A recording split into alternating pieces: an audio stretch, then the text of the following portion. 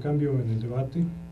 Tenemos en esta ocasión la presencia del doctor Lauro Rogelio Chávez Rodríguez, secretario general del Sindicato de Profesores de la Universidad Michoacana.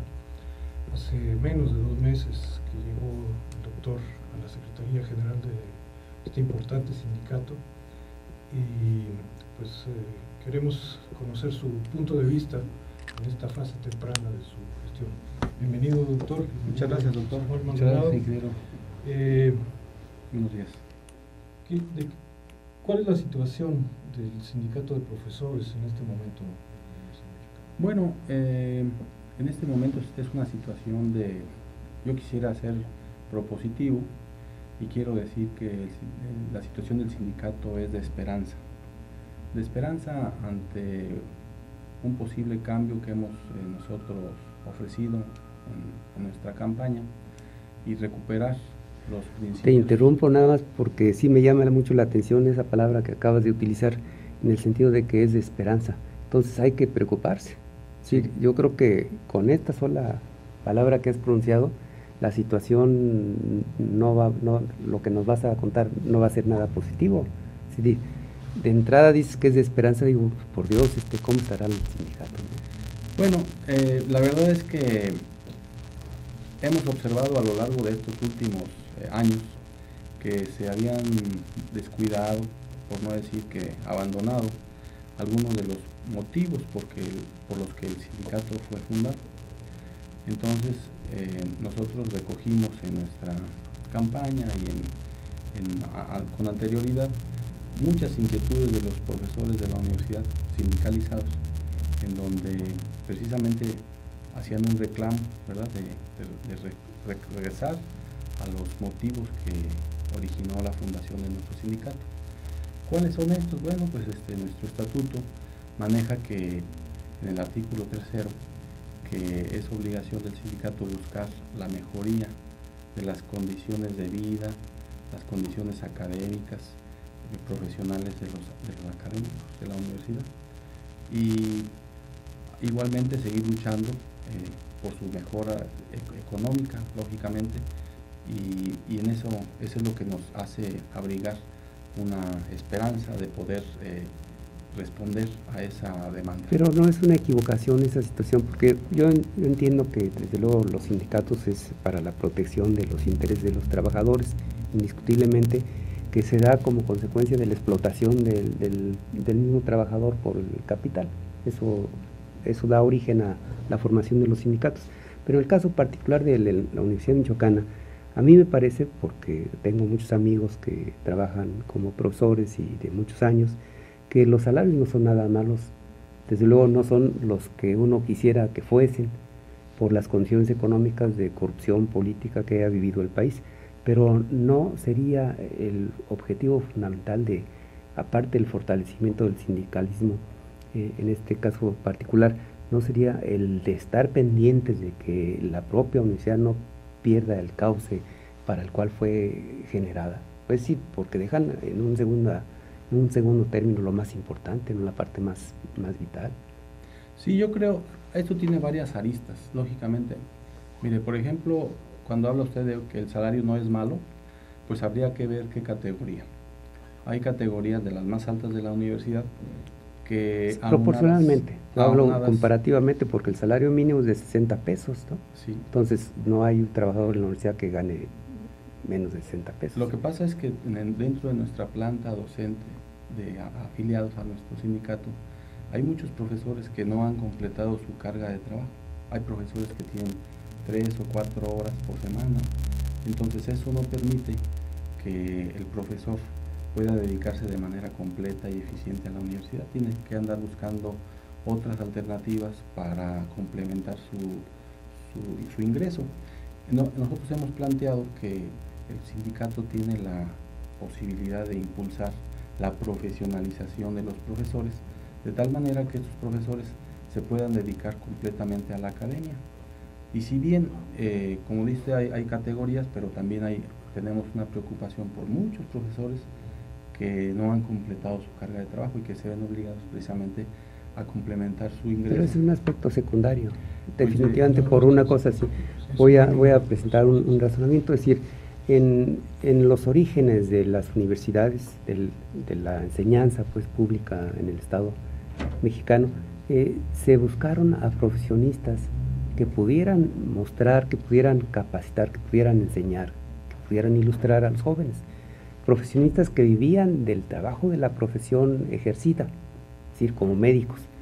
Y se empieza a desvirtuar esa situación y entonces hay gente que acepta ciertas horas para enseñar una materia determinada, pero tiene aparte su respaldo profesional. Y de repente consideran que ya el respaldo profesional, es decir, su propia carrera no les da, y comienzan entonces a tener la exigencia de tener un complemento o de tener el 100% en el aspecto de la enseñanza. Entonces viene ahí una distorsión. Digo, hay maestros, eso indiscutiblemente, citaría un caso, por ejemplo, el CONALEP, en donde el diseño de esa institución fue específica.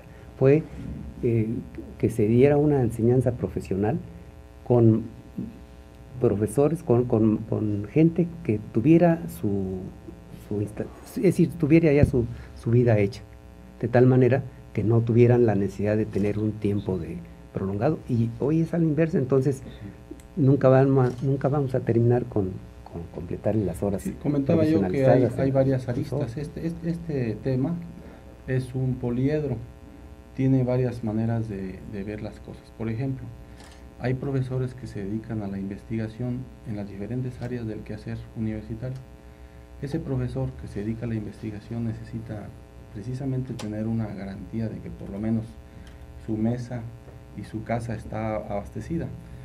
Y hay otros profesores que, dependiendo de, como usted dice, ciertamente, ingeniero, un médico, por ejemplo, que trabaja en el Seguro Social, que tiene su actividad clínica y que va a la facultad de veterinaria y da 3 o 4 horas, eso es bueno porque enriquece la academia, pero también tiene, como le digo, otros puntos de vista en donde se necesita gente que se dedique de tiempo completo a las actividades propias de la universidad.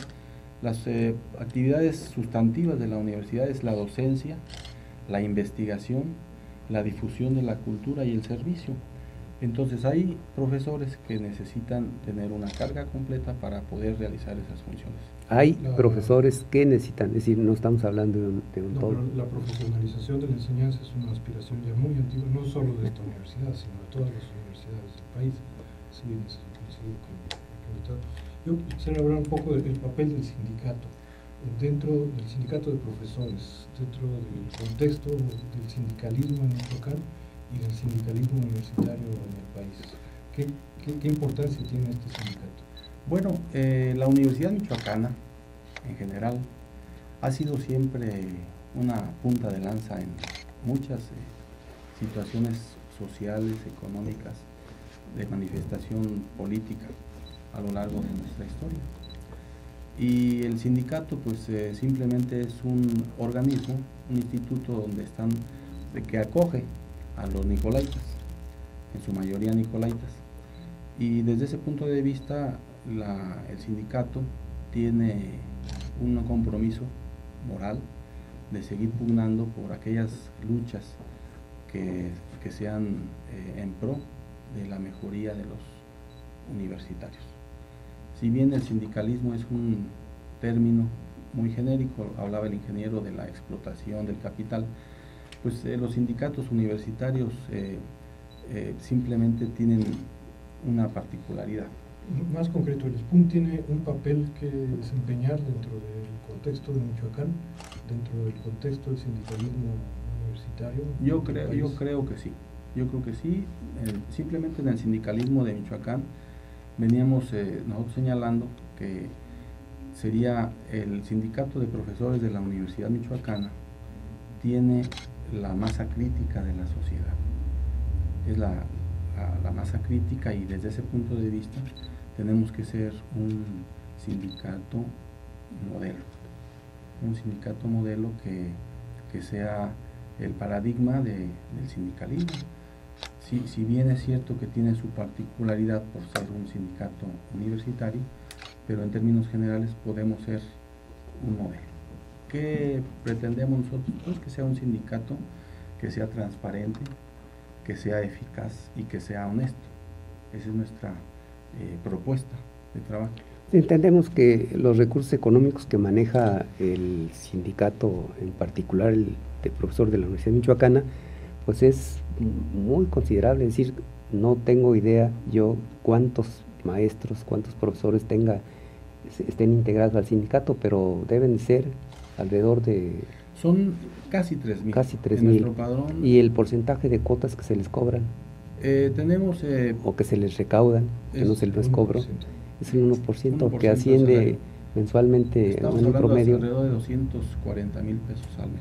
240,000 pesos. 240,000 se regresa de ese 1% que se capta, se regresa el 0.4 a las secciones sindicales, de tal medida que no es tan copiosa las aportaciones. O sea que no, el interés no sería llegar a ocupar, como en el caso de los electricistas, del CENTE y del CENTE con C también, las posiciones de dirección, porque no son tantos profesores y no son tantos los recursos. Pero dentro del contexto de Michoacán sí es quizás uno de los sindicatos más grandes independientes, porque tenemos desde luego agrupaciones sindicales que son las secciones me refiero yo que con esta posición, con estos recursos económicos, pues no aspira uno a que sea una gordillo la que llegue ahí, ¿no? Para manejar los aspectos económicos.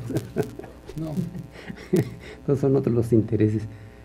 A mí me preocupa, doctor, algo que estamos viendo cotidianamente y que es la falta de espacios que tienen los jóvenes.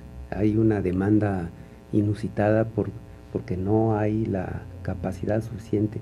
Bueno, no es que no exista la capacidad suficiente del gobierno federal para atender estas necesidades, pero no hay el interés del gobierno federal de atenderlos. Y entonces cada día es menos importante la Universidad Michoacana con relación al Tecnológico de Monterrey, con relación a las escuelas particulares, y nosotros estamos observando que en este sentido muy particular, pues la Constitución de la República en su artículo 3 vale para pura otra cosa que no se puede decir, o que no es prudente decirlo aquí al aire, ¿no? La verdad es que sería una aspiración seguir pugnando porque llegáramos a los porcentajes del PIB recomendados por la ONU. La ONU, si no mal recuerdo, recomienda el 8% del PIB a la educación, y de eso creo que ronda por el 1.5 dedicado a la educación superior. Los últimos datos que yo conocí es que andamos en el 5%, cosa que pues, si lo vemos es casi cercano a la mitad o un poquito más arriba de la mitad. Entonces creo que sí es preocupante las políticas que se han seguido y el abandono hasta cierto punto, como usted menciona, de la política federal con respecto a la educación superior y a la educación en general. Vemos con preocupación, es una materia de estudio que hemos propuesto en el comité, de analizar los impactos que tiene estos hechos para hacer propuestas. Como les señalaba, la verdad es que las actividades sustantivas de la universidad las realizamos los sindicalistas, somos los profesores de la universidad los que hacemos las actividades sustantivas de la universidad, de tal manera que en ese contexto nosotros como sindicato, más que proponer una controversia con la universidad, más bien queremos sumarnos al esfuerzo de la universidad. Y la universidad, la autoridad universitaria tiene establecido en la ley orgánica sus funciones, y nosotros como sindicato también tenemos en nuestro estatuto nuestras funciones. Entonces, más que llegar al choque, pues más bien queremos ser propositivos. Sí, desde luego que no es nada positivo que dos entes en una misma unidad estén a contrapelo, porque vendría un choque que desestabiliza totalmente, ¿no? Sí, yo creo que tiene que haber y debe haber, y existe prudencia de ambas partes para no invadir acciones de una esfera en la otra. Pero lo cierto es que en la práctica sucede lo contrario, y constantemente hay problemas, hay paros, hay manifestaciones, hay que fundamentalmente se relacionan, desde mi punto de vista, no estoy hoy insertado en la universidad, se relacionan con el aspecto económico, ¿no? Es decir, es que no nos incrementan el salario, no hay esto, y el perjudicado aquí fundamentalmente es el estudiante, que tiene un grado de aceptación ya en su vida profesional pues disminuido. Fíjese que, para precisar un poco, ingeniero, en el contexto de nuestra vida universitaria y sindical, gran parte de los conflictos no son de carácter económico, sino de carácter que las autoridades violan el contrato colectivo, y esa violación al contrato colectivo, sobre todo refiriéndose a la manera de ingresar a profesores. Nuestro contrato colectivo contempla de manera clara la manera en que un profesor puede ingresar a la universidad. Debe ser por concurso y cuidando un perfil que responda a las necesidades de la academia.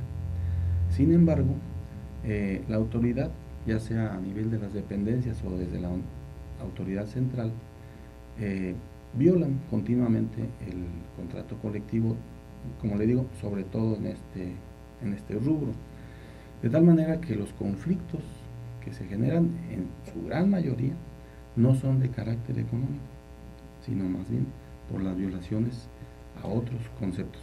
Pero sí hay violaciones económicas también heredadas de las gestiones anteriores del sindicato, donde sabemos que no se están pagando completas las prestaciones que corresponden a los trabajadores, concretamente el aguinaldo, las primas vacacionales. Sí. ¿Y las razones? Tenemos las razones para que no se paguen, es decir, bueno, sabemos que el problema económico de la universidad sí, tenemos un litigio, ¿verdad? Está un litigio sobre ese aspecto, que no se han calculado mal los pagos.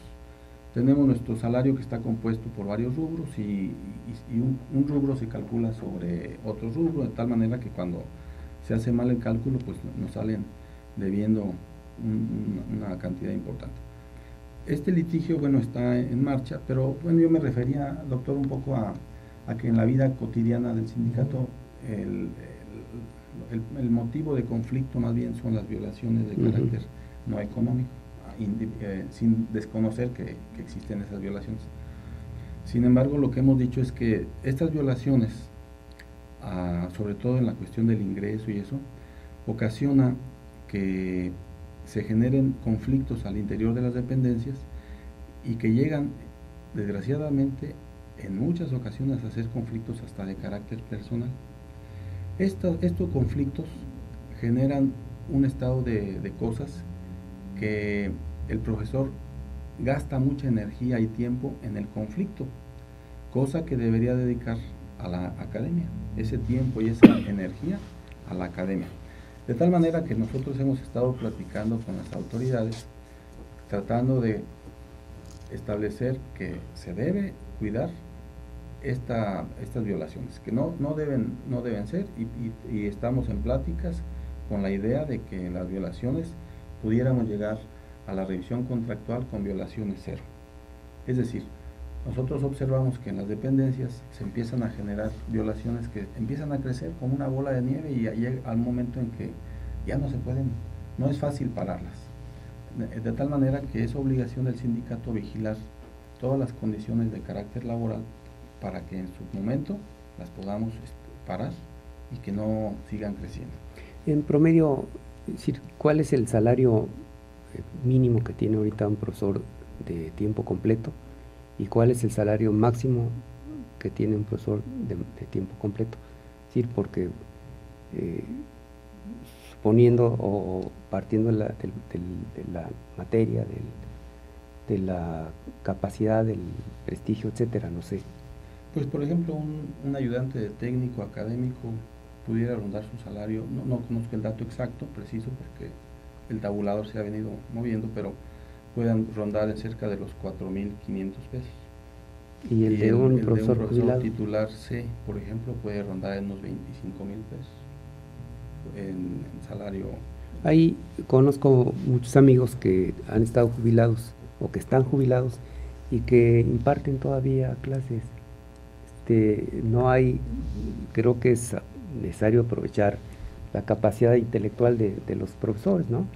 Pero ya tienen un salario, ya tienen su vida hecha, y no doy nombres porque no tiene sentido, pero son profesionistas destacados que tienen su negocio, tienen su consultorio, tienen su sanatorio pequeño, su clínica, y todavía dan algunas clases porque les corresponde por derecho, y se mantienen en la práctica de la educación, en la academia.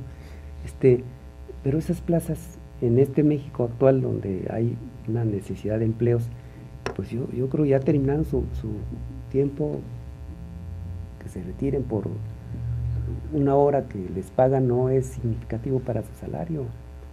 Y además, bueno, pues le dejan el campo libre para que haya más gente que tenga más trabajo. Pues como le digo, son temas que tienen varios puntos de vista. Esto se ha considerado más bien como un logro sindical para que el profesor, que si bien se jubila, se le pueda conceder un grupo con máximo 6 horas a la semana. Máximo 6 horas. Es decir, no necesariamente una hora diaria, pues. Pero no necesariamente puede ser un grupo de 2 horas a la semana, de 3, máximo 6. Y como le digo, pues se considera para muchos como un logro sindical. El punto de vista, usted dice, hay gente que ocupa el trabajo. Por la situación que prevalece en el país, ¿no? Si tuviéramos no hablemos del gobierno federal, pero si tuviéramos una economía sana, pues no habría problema, pero no la tenemos. Ese es el problema. No la tenemos, y estamos engrosando un sector cuando hay otro mucho más fuerte, mucho más voluminoso, que no tiene nada, ¿no? Esa es la situación. Hablemos un poquito de la situación del sindicalismo. Creo que el sindicalismo en el país vive un momento difícil, no sé cómo lo evalúe.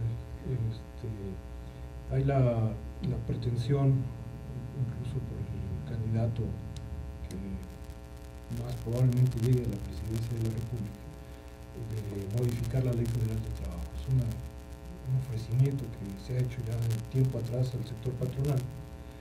Sabemos que el PRI y el PAN tendrán mayoría en las cámaras del Congreso de la Unión, y que sí podría darse de manera muy probable, si lo priorizan dentro de su agenda, la modificación de la Ley Federal del Trabajo para flexibilizar el trabajo, ¿no?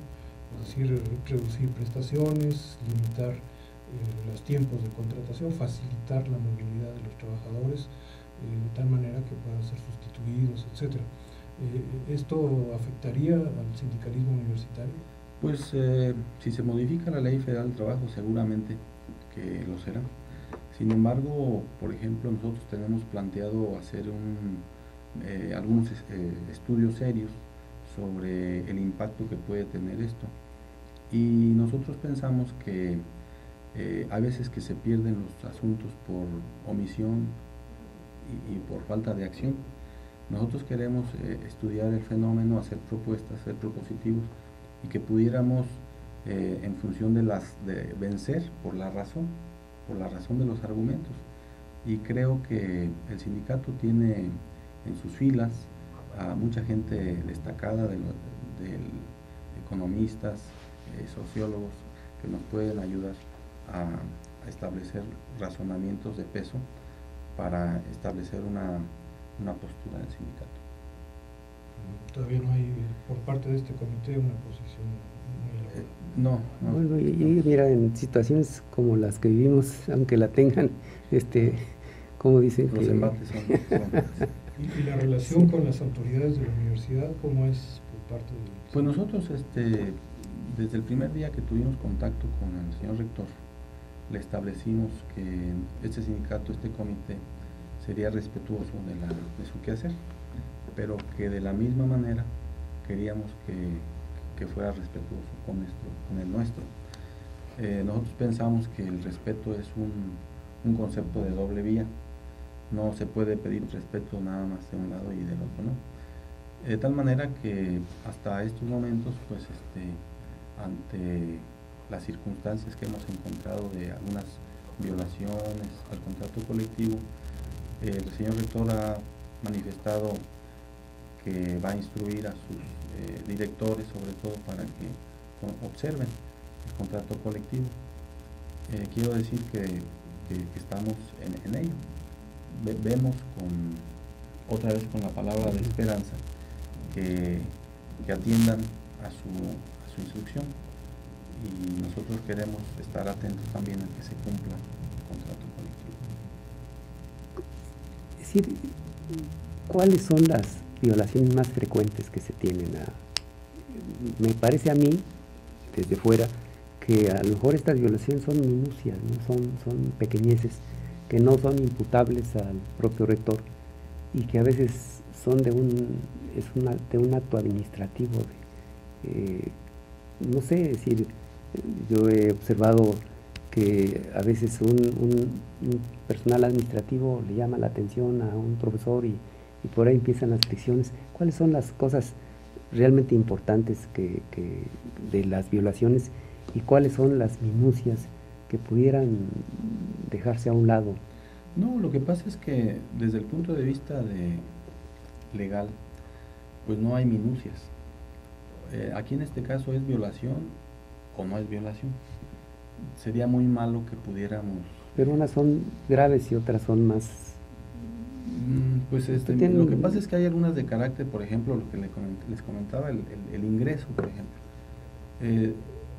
Para ingresar a la universidad se necesita por un concurso de oposición.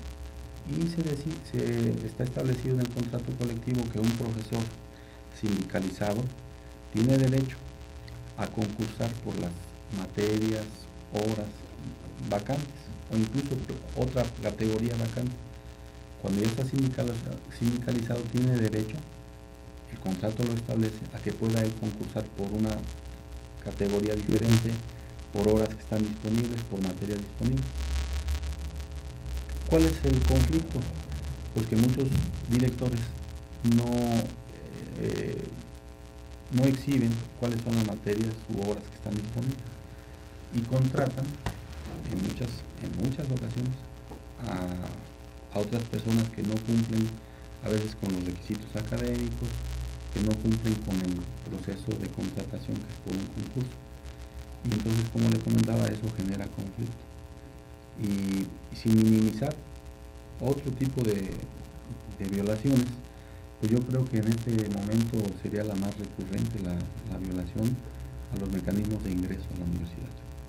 Otro tema que está latente y que flota en el ambiente de Michoacán, no solo en el laboral, sino en general, es el del presupuesto. Todos los días, desde el gobierno del licenciado Fausto Vallejo, se hacen denuncias de que hay un enorme endeudamiento y que el presupuesto no alcanza. ¿Esto se prevé que afecte también las condiciones de trabajo en la Universidad de Michoacán? Pues nosotros ya está afectando. Hemos tenido conocimiento de que hay a veces dificultades para pagar. Nosotros como el sindicato hemos estado al pendiente y tenemos confianza en que la autoridad sepa hacer su gestión con las autoridades tanto del Estado como a nivel federal para que lleguen los recursos suficientes para enfrentar el gasto corriente y el gasto de inversión que se necesita en la Universidad Michoacana.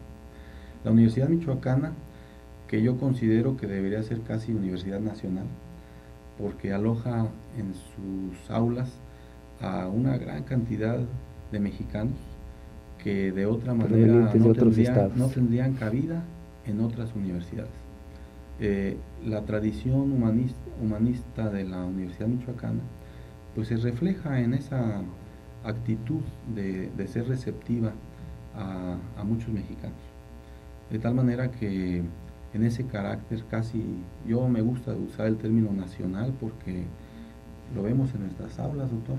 Tenemos alumnos de Chiapas, de Oaxaca, de Veracruz, de Tabasco, de Baja California, Sinaloa, de Guanajuato, muchos estados. Unos estados como el caso de Guanajuato, con condiciones económicas muy distintas a lo que podía ser Chiapas, y que sin embargo sabemos que la universidad en Guanajuato es muy selectiva. de tal manera que la Universidad Michoacana acoge a muchos jóvenes que vienen esperanzados a cambiar su vida a través de la educación. En el nivel, precisamente, puede llamar la atención cuáles son las causas que originan esa emigración de estudiantes de otros estados a Michoacán. Sí, yo en forma particular conozco algunas, pero desde el punto de vista de ustedes como maestros y como directivos del sindicato de profesores, ¿cuáles son las principales causas por las cuales la gente se viene a la Universidad de Michoacán? Precisamente yo creo que uno de los principales aspectos es el carácter humanista de la universidad, por ejemplo. Sí, pero cuando decimos humanismo, pues... No, es que se refleja en desde, por ejemplo, tener nuestras casas de estudiantes que alojan a muchos muchachos que de otra manera sería imposible para ellos acceder a la educación superior. El nivel selectivo, por ejemplo, en Guanajuato es una situación muy selectiva, no cualquiera puede tener acceso. El cupo para muchas dependencias universitarias de la Universidad de Guanajuato es muy limitado. Aquí nosotros tenemos una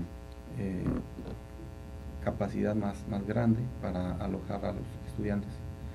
Sin embargo, vemos con preocupación que se nos ha abandonado en el presupuesto. La Universidad Michoacana... El presupuesto es federal.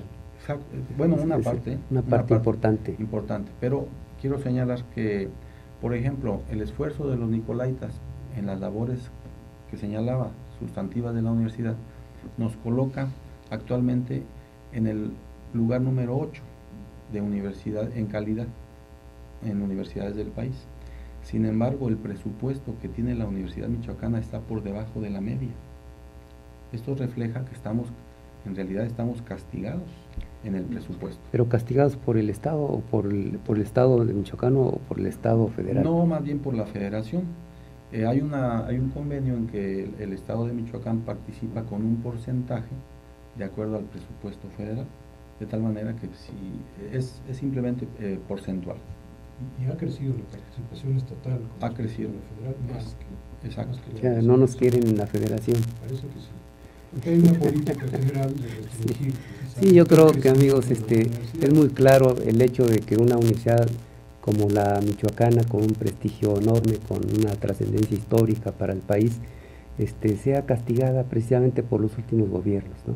Es decir, es lógico, es natural, es decir, no queremos o no quieren en la federación puntos negros que provoquen inquietudes sociales.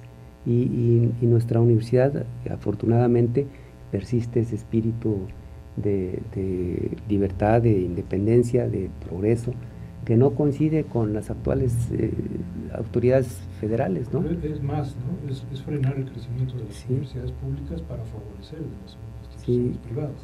Esa es una política que hemos visto hace 15 años. Y bueno, doctor, pues, doctor Laura, ya las niñas que nos están tomando el tiempo, ya van varias veces que me sacan la pancarta que ya es tiempo, una última opinión de cómo se siente ahorita como recién flamante secretario general del importante sindicato de profesor de la Universidad de Michoacán. Que estamos emocionados ante la posibilidad de hacer las cosas bien. Estamos comprometidos, empeñamos la palabra con los afiliados al sindicato de hacer las cosas bien. Estamos trabajando, estamos todavía en la etapa de recepción, estamos conociendo todavía el estado de cosas que guarda el sindicato y nos abocaremos enseguida pues a informar a la comunidad de nuestro sindicato el estado de cosas y sobre todo ya estamos empezando a trabajar sobre nuestros planes de trabajo para plantearlos ante el Consejo General y lograr el aval para abocarnos a ello. Pues amigos, el tiempo se nos termina, agradecemos la atención de que nos escuchen y nos vean, y aquí estaremos todos los días de lunes a viernes en Cambio a Debate